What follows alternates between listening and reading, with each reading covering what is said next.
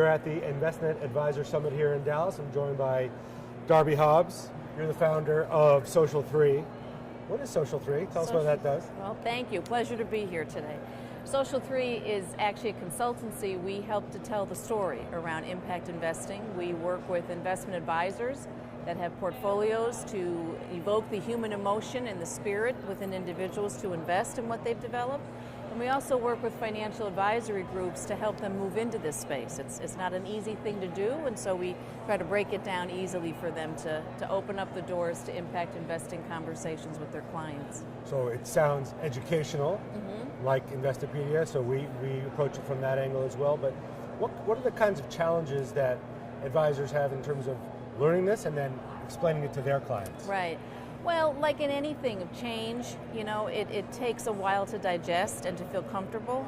And so it is core education. It's how can we expand the learnings, abilities for advisors to read about impact investing. What does it mean for them in terms of having the conversation with their clients? And once they open that door, then, okay, what are the product choices? Now what do I do? I've turned on a client, now how do I engage them and actually move their money into projects that are doing good, globally?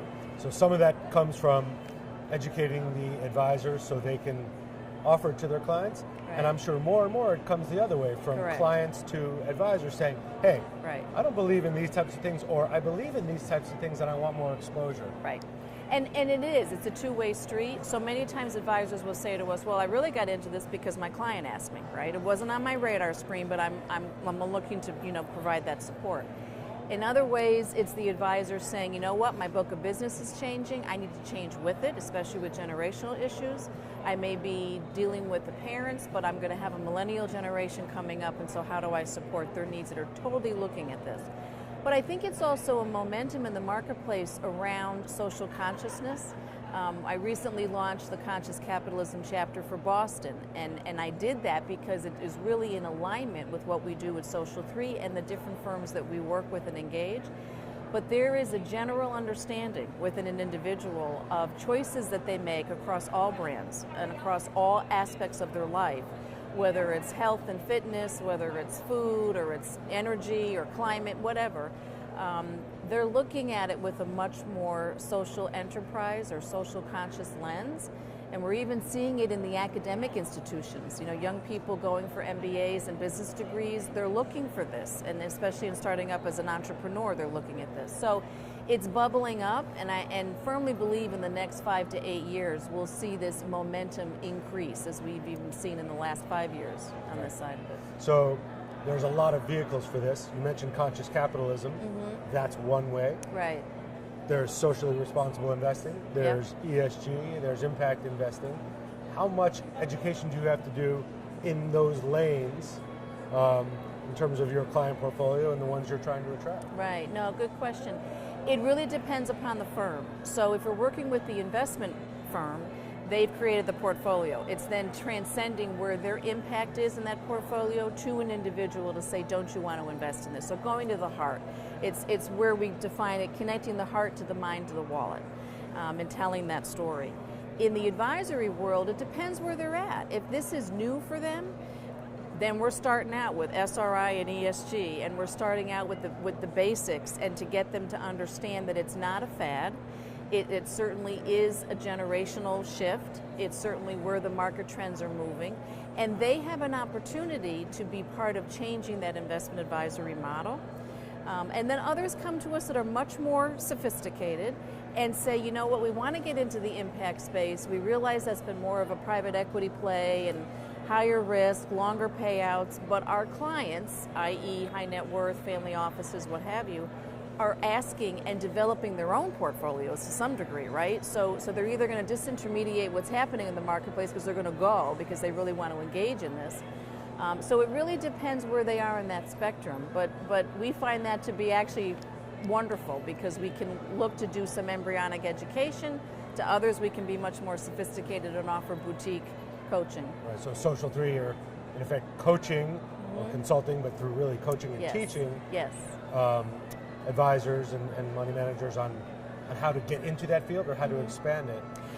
Both, actually. And with the investment advisors, the groups that we work with already have portfolios in this space. It's really to help them tell that story better and to engage the marketplace. Because one of the areas that's always been my pet peeve, coming at it from the marketing strategy side, is we really haven't done a good job as an industry to really engage on the financial services brand relationships.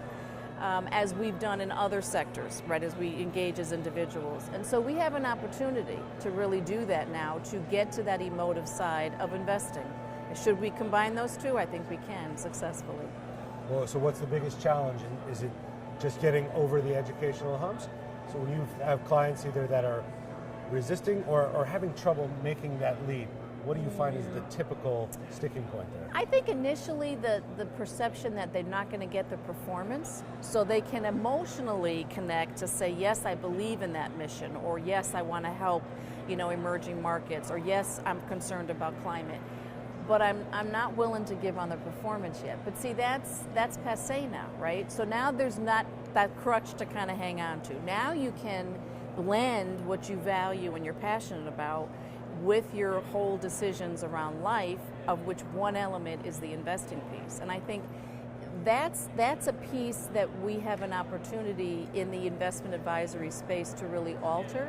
It's not that we have our life and then we decide what we invest in, right? It's all connected, and we're all connected in that regard. So it's making that change. That sense of the holistic approach to investing, something we're hearing a lot about at this conference, but lately. But funny how investing is almost the final frontier for that, yes. right? You see it in food, right? You see it in exercise, you That's see it right. in ecotourism, you see it in so many areas. Why not investing, which is closer to us than anything? That's right. Well, it's because it's been the most nebulous piece of our life. It's been probably the most misunderstood piece of our life. As individuals, we think, oh, we don't know enough about that. We're going to trust our advisor, which is great if you have that relationship, but it's a piece that's kind of off to the right, and we don't want to delve into it too much because it's not in our day-to-day. However, it is day-to-day. You can't function without the movement of money, right? Whatever money is as a tender, right? It's almost like really understanding when a client tells you they want, financial independence, or they want, okay, well, how are they defining that? What does that mean to them? What does wealth mean to anybody, right? We can define it being in the industry, but that's not who we are as individuals, right? We define that very, very differently, and it's very much of a human-centric definition. So there is a lot of that goes into the play of how do you manage all this, and what are the trump cards that people pull together. So it's an emotional thing. It is. It is. I Absolutely. guess that's why there's a need for Social3 and what you do. Yes. Well, we're connecting the heart, mind, and wallet, and that's our mission. Great. Thanks so much. Darby Hobbs, the founder of Social3, here at the Investment Advisor Summit in Dallas. Thanks so much. Thank you.